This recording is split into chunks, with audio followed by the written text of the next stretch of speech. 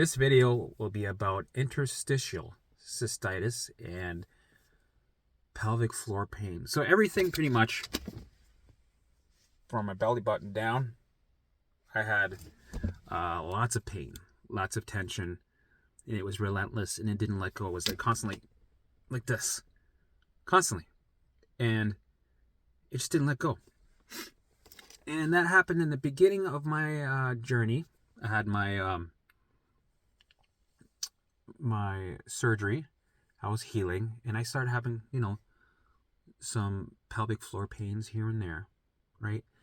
And, of course, my limbic system was through the roof, so I had gut issues, and I'm in an alarm state, so I've got issues. So, of course, I wanted to use some sort of powder to keep me regular, right? I took this supplement that helped me poop regularly. But for some reason, I was so sensitive, I couldn't take supplements. I was on 2 safe foods. I was reacting to everything. I had every sensitivity known to man and anybody, right? I had every sensitivity in the book. So, of course, if I'm going to take this supplement, like I took probiotics, it was like a bomb went off. So I said, I gotta be able to poop here. This is getting ridiculous. So I took another supplement, and of course I reacted to it. I was reacting to everything, right? And that caused a severe stress response. So I was already tight. It went from this to a big wall going up in my, near where my anus rectal area is, where I couldn't pass a stool because my ass was so tight. It was like this. Before it was like, now it's like, right? I was like, and I felt horrible. I'm like, man, I got all this poop in me. I got to get it out. What am I going to do? And my pelvic floor was so tight. I was so much pain in my lower pelvic area. Well, pelvic floor pain. And my bladder was so much pain. My bladder is like somebody stabbing me like this constantly. And the pain went radiated from my bladder all the way to my balls, all the way to my anus, which I gotta remember. Ball pain was another one of these fun times symptoms. I'm gonna write this down sideways here. Ball pain. Pain in the balls sack.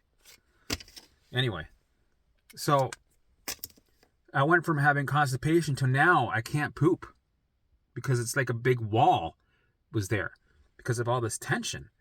So I literally, trigger alert, had to get these finger cots, right? Because I needed to poop. It had to come out somehow. So for a year and a half, this lasted for me. A year and a half, I had this whole routine down. I would have to get a poop chair. I'd sit on the poop chair. I'd get some coconut jelly or coconut oil. That's it. I'd put it on my cot, and I'd go into my bum. Boop. Right? And the first couple of weeks was very awkward. Putting your finger in your butt like that you realize how tight your ass is. Plus, I went and got checked. Some lady was like, "Here, let me put it in there." "Oh yeah, you're really tight. Yeah, you're very tight." So I'm like, "Okay, thanks for letting me know that I'm tight. I already knew I was tight." But now that you're telling me, that confirms I'm tight. Good. Okay. So I'm like, well, I gotta do this coping mechanism, right? I gotta poop. So I had a coping mechanism, and sometimes coping mechanisms in the beginning are necessary, right? Eventually you want to get out of them. But in the beginning, just so that you can go day to day and function, use them if you got them, right? And tension is one of those things. It's one of the last things to go. I'll get back to that in a second. So I had this finger cot with this coconut on it, this oil, and I had to slide it in my butt and gently open my asshole so that my poop could, because my poop was going like this. It was like like this. It was like this. I was like, anus. It would go and come out. All of a sudden, all this shit would come out, right? I was like, right? All this poop would come out, and then that was my poop session, and I did that every day for a year and a half. Same routine, finger up, right? And my finger cut would be full of shit after, so I'd close it up in the garbage. Done. On with my day, right? And it sucked. It was just something I had to do. It was a coping mechanism I had to do, and so be it.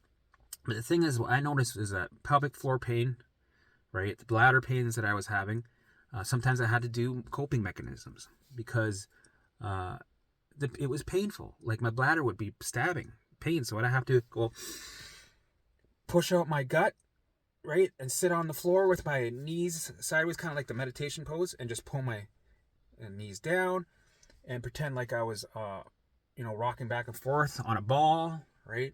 And then it would give me some relief, and then I would continue with my day. I wouldn't, at the beginning, I was looping on the thoughts because sometimes it'll do that with any new symptom. You loop on it for a bit, but I made sure to move on from it, and it became my routine. And from my experience, when I look back, now I have the clarity. I can see that tension down there, whether it's your pelvic floor, your anus, or your bladder, or whatever, it was one of the last things to go for me because it's directly related to whatever you're dealing with. So if you're dealing with tons of symptoms like me, 70 symptoms, anxiety, looping thoughts, right? I was resisting my thoughts. I wasn't learning how to allow them and engage. I was dealing with a lot of inner battle. So when you're dealing with that, right, your nerves, your tension reacts to that. You become tense because you're fighting. You're fighting this fight or flight war. You're in a state of fight or flight. You're at an alarm state. You're going to get tense, right? And that was one of the last things to go until all my alarms were off. Because if you have 5 alarms that are still on, you're going to get tense. Right? If you have 20 alarms or 5 alarms, you're tense. So after around when I had 2 alarms on, then my body went, and then it got get tight again, right? So off and on, I was going up and some downs with tight, release, tightness and release, tightness, calm, right? And then eventually it was right? Like overcooked spaghetti, right? Like a drunken overcooked spaghetti. Everything. I was soft, nice and calm, nice and soft, nice and right. My poop could go, no problems. It could leave. At this point, my gut was also regulating, right? Because it was also one of the last things to lift. So now it's digesting nicely. And now my poops were solid, beautiful, compacted nicely. They could have been models. My shit could have had a career as a model. And it was just magical. I enjoyed my shits again. And I stopped using my finger cots. I stopped using the chair.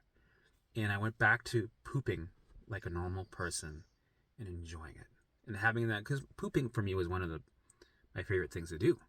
Because you sit down, it's your time alone, you're passing it through, and you get these warm fuzzies. Like when you're pooping, you're like, right? It feels good. And now I'm back to that. So yes, pelvic floor pain, bladder pain, all that stuff. You don't need all the medications and supplements. And some people need some heavy duty medical help for that because it gets relentless because they're fighting it, they're looping on it, and they're going down these rabbit holes. And they're programming their brain to get even tighter. It's an ongoing loop battle, right? And it's sad to see because people end up hurting themselves even more, and they don't know, right? They don't have the clarity. They don't have the proper information. They get stuck with the medical industry that is telling them you need to do this, this, and this. There's no cure. We don't know what's going on. Take this supplement. Take this anti-inflammatory. Take this. People are stuck and they can't go to work, and their lives are on hold, and they lose hope. But what I'm telling you is you can fully recover from that. You can totally have it lift, but it's a process of recalibrating your limbic system, bringing your baseline from a state of fight or flight back down to 0, and turning off alarms as you go, because your body's pulling on loads, right? And a lot of people that are watching my videos will see I'm repeating this a lot, because I need to repeat it for people that come to this video and don't know the process. I'm going to put the link down to my 5 keys of recovery. Just follow that and start the work today. But it's also good for the people that I see my videos all the time, because it reaffirms the pattern, right? You're learning the patterns over and over and over again. When I say it again and again and again in every video, you're learning the process. It's one more day, one more time that it's planted in your brain again and again. Because when we go through this process, our limbic system likes to forget things on purpose. If you learn something, it likes to, no, that's not important. This keeping you alive is important, right? So it does it on purpose when you're very forgetful, and that's why it's good that I'm there to remind you. So in this state, you're full of tension because you're in a state of fight or flight. You're at 1,000 when you should be at a 0, because all these years throughout your life, you had events, toxic relationships, could have been surgeries or medications or work life or whatever it is. You've added all these loads, and your bucket has gone full and it's overflowing. Symptoms are coming up. Alarms are being turned on because your brain is your security system, and its only job is to keep you alive. It doesn't care if you suffer. Its job is to keep you alive. So it perceives danger everywhere because you've been in a state of fight or flight for too long, and your brain hardwired it there. And now it's throwing alarms in a form of symptoms and tension, because you're tensing up with all these symptoms and these what-if thoughts and all this anxiety and looping thoughts. So it all makes sense what's happening. The brain is working the way it's supposed to work. All you have to do is change the program. You're not in danger anymore, so show your brain that you're not in danger anymore. Start turning off alarms. Empty that bucket. Put your baseline back down to 0. So you're back to spec, and you can function with ease, right? And all that pain lifts as a consequence. You're cured. That's it, right? But you got to do the work. You got to stick to it. You got to allow yourself, this is the thing, you got to allow yourself to have that tension, because people try to fix all the time. Stop fixing, figuring out, stop judging it. Stop trying to put the puzzles together.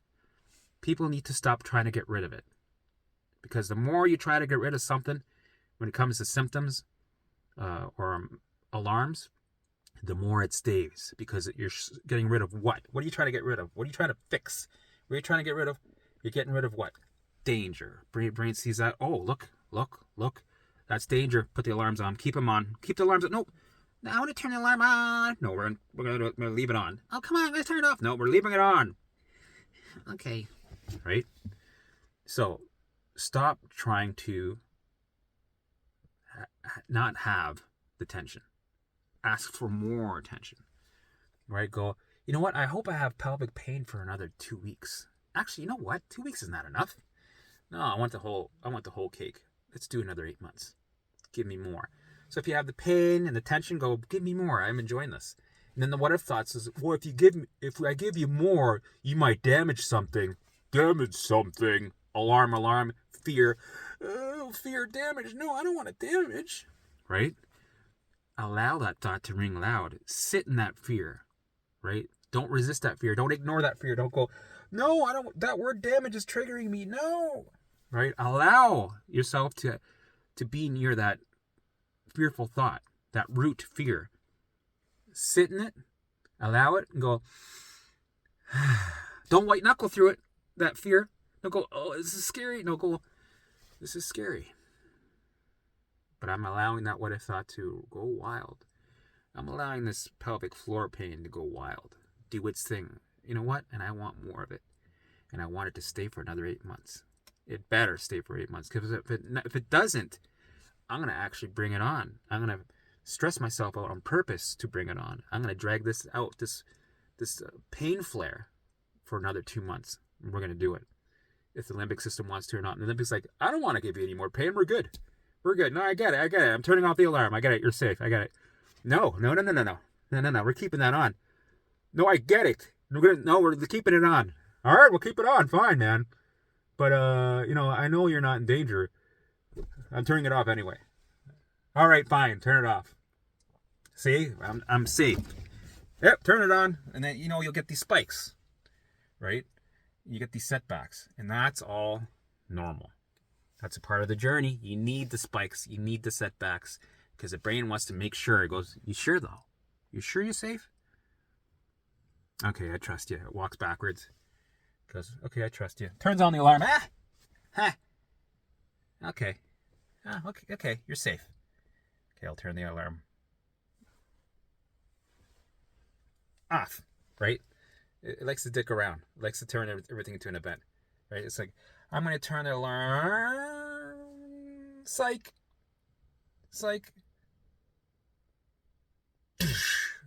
I'll turn it off.